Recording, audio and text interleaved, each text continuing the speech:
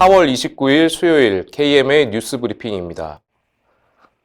시민들의 자발적 사회적 거리두기가 코로나19 사태 진정에 큰 효과를 거두었지만 피로감 누적으로 국면 전환이 필요한 시점이란 진단이 나왔습니다. 대한의사협회 최대집 회장은 어제 기자회견에서 현재는 비교적 안정적인 상황이라며 지금까지의 강력한 사회적 거리두기를 지속 가능한 생활 속 거리두기로 변경해야 한다고 말했습니다. 기본적인 의식주와 경제활동, 학습활동 등을 정상화시키되 다만 스포츠 등 비필수적인 사회적 활동은 아직 이르다고 강조했습니다. 또 완화된 사회적 거리두기에 따른 효율적인 방역 대책과 개인 실천 지침이 나와야 한다고 지적했습니다. 한편 내일부터 최대 6일간의 연휴가 시작되면서 의협은 감염 확산의 계기가 될 수 있다며 국민의 주의와 사회적 거리두기 집중을 당부했습니다. 코로나19 직격탄을 맞은 동네 의원의 3월 매출이 작년과 비교해 44%나 감소한 것으로 드러났습니다.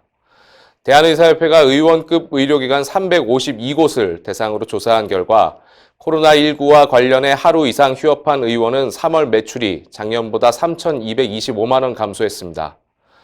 휴업하지 않은 의원도 작년 대비 약 3천만 원 줄어들었습니다. 매출 감소와 함께 대부분의 의원들이 의료진의 자가격리에 따른 유급 휴가 비용을 추가로 지출했습니다. 의협은 동네 의원 붕괴를 막기 위한 방안으로 정부의 손실 보상 대상을 확대하고 종합소득세 등 세제 혜택, 요양급여 비용 선지급 대상 확대 등을 요구했습니다.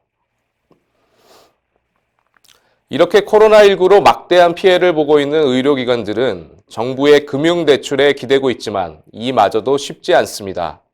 보건복지부에 따르면 전국 3,900개 병의원이 총 1조 원, 기관당 평균 3억 원의 융자 신청을 한 것으로 집계됐습니다. 하지만 정부가 마련한 예산은 4천억 원에 불과합니다. 이렇다 보니 의료기관들은 신청한 금액의 최대 40%까지만 받을 수 있습니다. 의협은 융자금 예산을 대폭 확대할 것을 정부에 촉구했습니다. 동네 의원이 겪는 고통은 경제적인 것뿐만이 아닙니다. 직업이 의사라는 이유로 가족까지 피해를 입고 있는 것으로 드러났습니다. 의협이 동네 의원 원장 352명을 대상으로 조사 결과 코로나19 사태 이후 약 66%가 의료 분야 종사자라는 이유로 불이익을 당했다고 답했습니다. 구체적으로 주위에 불편한 시선을 겪었다는 응답이 33%로 나타났고 가족을 기피하거나 자녀가 학교에서 따돌림을 당했다는 응답도 32%나 됐습니다.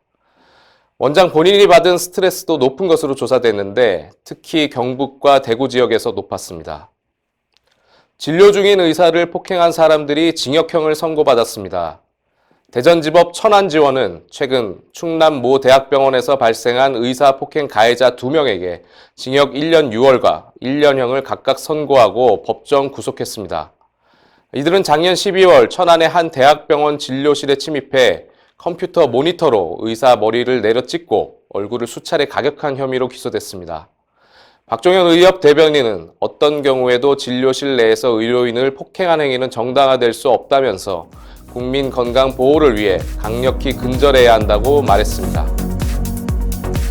내일부터 연휴가 시작됩니다. 오랜만에 여행이나 야외 활동을 하고 싶은 마음이 간절하겠지만 코로나19 사태는 아직 끝나지 않았습니다. 조금만 더 참으셔서 나와 내 가족의 건강을 지키시기 바랍니다. 이상으로 뉴스 브리핑 마칩니다. 자세한 사항은 의협신문을 참고하시기 바랍니다.